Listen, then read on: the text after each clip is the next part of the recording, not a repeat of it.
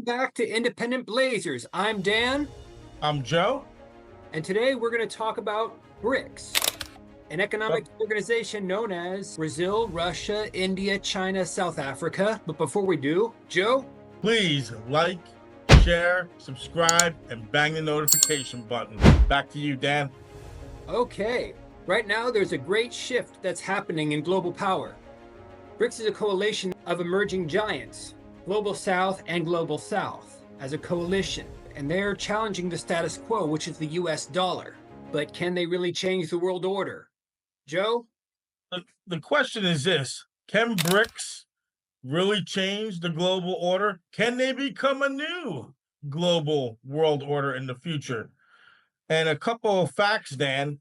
Did you know, Dan, that the BRICS countries represent over 40% of the world's population? And what about that fact, Dan? Tell us a little bit about that. I didn't know it was as high as 40%, but with China, which is about 1.4 billion, and India, which is 1.5 billion, that's almost 3 billion plus Brazil and South Africa and Russia. Yeah, okay, it's about right. Also, in a little known move, BRICS has quietly been working on creating a new global currency to potentially rival the US dollar. And ever since 2006, with its original inception, and with South Africa joining in 2010, the long term was to try to get their dependence off the US dollar and take influence away from the US dollar, and of course the US and the Western order. So, what could that mean for the world economy? Is the question. Well, it can mean a couple of things. The richer nations, traditionally, the Western Europe, North and nations in North America, and I think BRICS is playing a serious game of survival, and of course, with a rising China, China felt they had to make BRICS to expand their influence, and what I mean by that, they needed to lead BRICS and help produce BRICS out of necessity in a Mhm. response to a world dominated by Western powers. Right. It's not just about economics, it's about survival and influence. So, what do you think, Dan? Correct. Well, like you said, it's about survival and influence because many countries have invested their own currency into the US dollar. But when things are going wrong and there are sanctions, basically the West freezes those countries' local currencies, even though they Right. invested it. And if I were another country and I invested my own money and suddenly someone confiscates the money that I invested, I would be upset. And Yeah. therefore, but a lot of people don't realize BRICS could also be just as bad as the West has been in terms of domineering, being a dominant force, and they could abuse the same powers the way the West has. Right. When BRICS was first formed, many experts basically dismissed it as a or more of a symbolic alliance. It wasn't they didn't view it as a real power threat. But however, today it's challenging the very foundations of the global order, Dan. Would you agree? Oh, indeed, they are. They're the rise of a new economic powerhouse, and economically, BRICS is a force to be reckoned with. Absolutely. And look, everyone knows it was a counterbalance to the West, like we said. And of course, South Africa came on later, 4 years later in 2010. And Dan, what do you think as they rise and they're trying to become a economic powerhouse? Well, as they become an economic powerhouse, they're not just doing it with money, although they do own 30% of the world's gold reserves, but they also are focusing on industries like technology, energy, agriculture, and infrastructure. I mean, an example would be China's Belt Road Initiative, which we can get to later. Yes. Also, let's talk about natural resources. The African nations have a lot of natural resources, and but also tech hubs. So, economically, Brits is becoming a force to be reckoned with, and it's collective strategy as these nations go in one. It is starting to cause ripple effects across the globe. That's correct. In fact, if you heard about the recent coups across Africa, those are all tied to BRICS countries, where it's Guinea, Mali, let me see where, Sudan, and some others. Oh yes, Burkina Faso. Those are all tied to BRICS countries. They're financed by China, and with Also, as we, as we're as rapidly growing and tech and we focus on that, the battle for technology, like AI, who's going to control AI, like the battle for the internet in the early 90s. But what about agriculture, bricks and agriculture? Agriculture plays a key role in the world economy. And I think sometimes people forget that. oh, absolutely. One problem in Africa for years was that about 40% of the crops are not used because of poor infrastructure. Right. They're unable to transport the crops from the place they grow to the ports or the cities. And yeah, most of them fail. Believe it or not, of all people, George W. Bush and Tony Blair tried to combat that. They tried to fix that problem. And now Right. we seem to be doing a quicker job with Chinese infrastructure throughout the African continent. Because I know, like I said, so many people are focused on tech, but I'm focused myself on energy and agriculture. And behind the scenes, they're making a power play for that and using strategic. They have BRICS is having strategic resources, and they're all trying to make trade agreements to improve their influence across the globe. Indeed, they are. Now we could take a look at China's Belt Road initiatives. That's infrastructure what it is infrastructure projects Right. across Asia and Africa and now Latin America. In addition, they're basically replicating the Silk Road but with high technology. And in fact, way expanding. The Silk Road never extended into Africa. Right. But well, the Chinese are economically dominating, and that's just a fact, whether you like it or not. So when you're talking, Dan, to me, it seems like the long game, the geo game. Mhm. Uh, by when you're bringing up the Belt Road Initiative, can't we got to remember China is also getting more bold with their military exercises across the globe. Correct, correct. They recently did military Russia, Yes. and a scare tactic that was in the headlines was U.S. has not felt this threatened since the beginning of World War II. I don't know how true that Absolutely. is, but okay. You say absolutely? Well, I think absolutely because, and the real reason I say the U.S. and I'm gonna, and again, this is my opinion.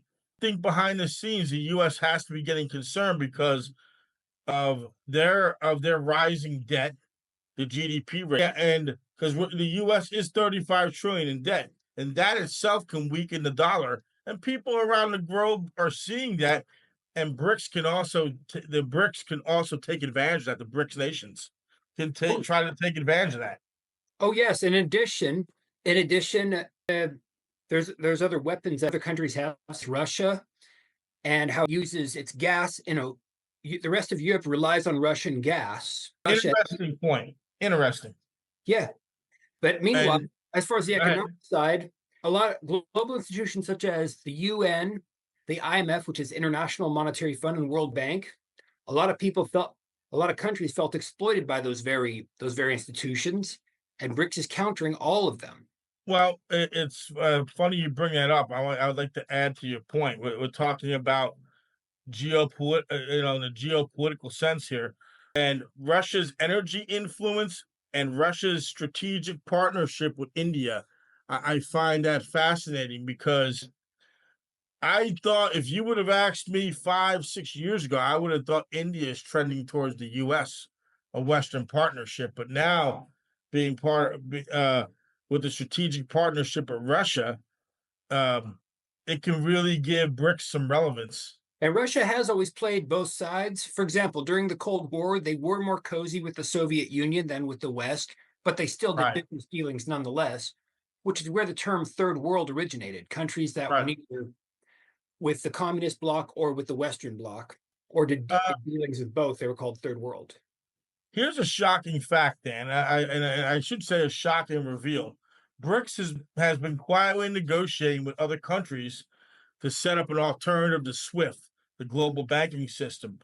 And also, it's also trying to alter the global financial landscape for the long term. So what do you think about that? Oh, it sounds about right. Well, SWIFT is controlled by the US dollar last I checked, or last I knew. And now, if you offer alternatives, yes, because now other countries will not always be threatened with sanctions and all. Not all Not all transactions have to go through America anymore, international transactions. So, And no, it's the BRICS is really trying to counter the IMF, the World Bank, and they want to basically make a counter to that, an alternative for not just for the immediate future, but like for the long term. correct. Now, here's the difference between the US and China as far as Yes, thinking goes. The US, they plan not even a decade in advance. China, on the other hand, plans about a century in advance. China yes, anticipates all kinds of things. According to Henry Kissinger's book, World Order, US has optimism. They think there's a solution for every problem. Chinese, according to Chinese thinking, for every solution, there are 5 potential problems. right. After World War II, the US used to think like China in terms of long-term strategy with the Marshall Plan. It seems like China has taken that role of thinking long term. And yes, and China does have their share of problems. We realize this. But BRICS wants to have summits with the G7, NATO meetings. They're emphasizing these contrasts.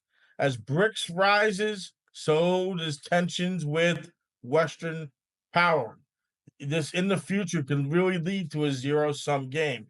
Is there room for cooperation? Between BRICS and the West, I have my opinion. I have my doubts because there's too much. It seems more like competition than consolidation. There wasn't before. It was everyone had to basically toe the line to the West, and now that these people are forming their own economic cooperation, they're not going to want to cooperate with the West. Here's a fact. Uh, BRICS is getting bold. They've started conducting more trade in their local currencies, and they're really putting their toes in the water now and their feet by trying to bypass the US dollar altogether. And this could signal in the future the start of a major shift in global finance. Yeah, I mean the dynamics, especially there's a lot of dynamics involved, especially for what they call the global South. And global South is basically the less developed countries. Right. They have potential to rise because a lot of less developed countries are rich in resources, but not in infrastructure, and often geography is an obstruction. Africa is the entire African continent, almost the entire African continent is geography is not on its side. It Right. has resources though, but they do not have many navigable rivers, nor do they have natural harbors, and that's just and and then comes poor infrastructure and politics. Well, that's a whole other video, whole other topic. Now there is some weaknesses to BRICS too, as you see the economic disparity between the countries, like South Africa and China, for example. Oh yeah. So there could lead to economic equality, like one feeling left out. And again, that has yet to be seen. Uh, critics have said there is some weaknesses. But Oh, yeah. go It, ahead. Dan, what do you think's next in the future? If you have to give your opinion, what would be your BRICS in the future? You say the next 10, 15 years. If you had to give a summation, what would it be? First of all, I concur that it's not just going to be one feels left out. I think China's going to dominate BRICS, not because they're China, just because they have A, the money, B, True. geography's on their side, and it's just part of nature. For example, there's one organization called ECOWAS, Economic Community of West African States in West Africa. Nigeria dominates, not because it's Nigeria, because it has so many resources and has such a population. Right. Well, yeah, Yeah. go ahead. Nonetheless, a lot of countries are still applying for BRICS membership. Well, let me throw Argentina this at you. recently withdrew. Argentina recently withdrew its Well, yeah, application they did because when he got elected, he was against it from the beginning, and he didn't want to join. The tell them new who he is. Tell them who he is. the current president, I mean, his name escapes me, but go ahead, Dan. I think it's Uh, Javier Miller. Yeah, Javier Miller. yes, Yeah. he ran as a populist in Argentina, economic reform. He withdrew. That is true. But here's a fact for listeners and for you, Dan. There is already talk of expanding BRICS to include countries like Turkey, Iran, which could radically alter the balance of power in the Middle East. So, UAE is already going to be, Iran and UAE are likely going to be official members next year. yeah, that is good. be interesting for the future of BRICS because, like again, like we said a minute ago, that could really alter the balance of power in the Middle East Oh, because the and in role of Africa too. technology, innovation, but yeah, there could be internal divisions. There could be global pressures. The way the world, as fast as the world is moving today, you just never know. But right now, they are a rising force, and they could be an economic threat. And two countries that should be taken into account big time. Bahrain asked to join, and so did Egypt. Now, if the U.S. loses influence on Bahrain and Egypt, the West is going to be in very serious trouble economically because Egypt's crucial because it has access to it, the Red Sea and the Mediterranean, plus the River Nile, which goes deep into the interior of Africa. Once you lose influence there, Well, I would like to ask our audience and listeners, what are your opinions? What do you think? Do you agree with us or do you disagree? And it's okay to disagree. Just mhm. make sure you do it respectfully. It's no problem. Right, And educate us. yeah, Don't if right, you maybe get us. there's something you know that we don't. Where if BRICS manages to establish its own international development bank, for example, it can definitely rival the World Bank, the IMF, and they can change the rules of global finance. That's a big if. What do you think, folks? What do you think? Can BRICS redefine the global world order in the future? Please drop your thoughts in the comments and don't forget to like, subscribe, hit the bell for more global insights. Dan, do you have any final thoughts? Well, there's a couple others.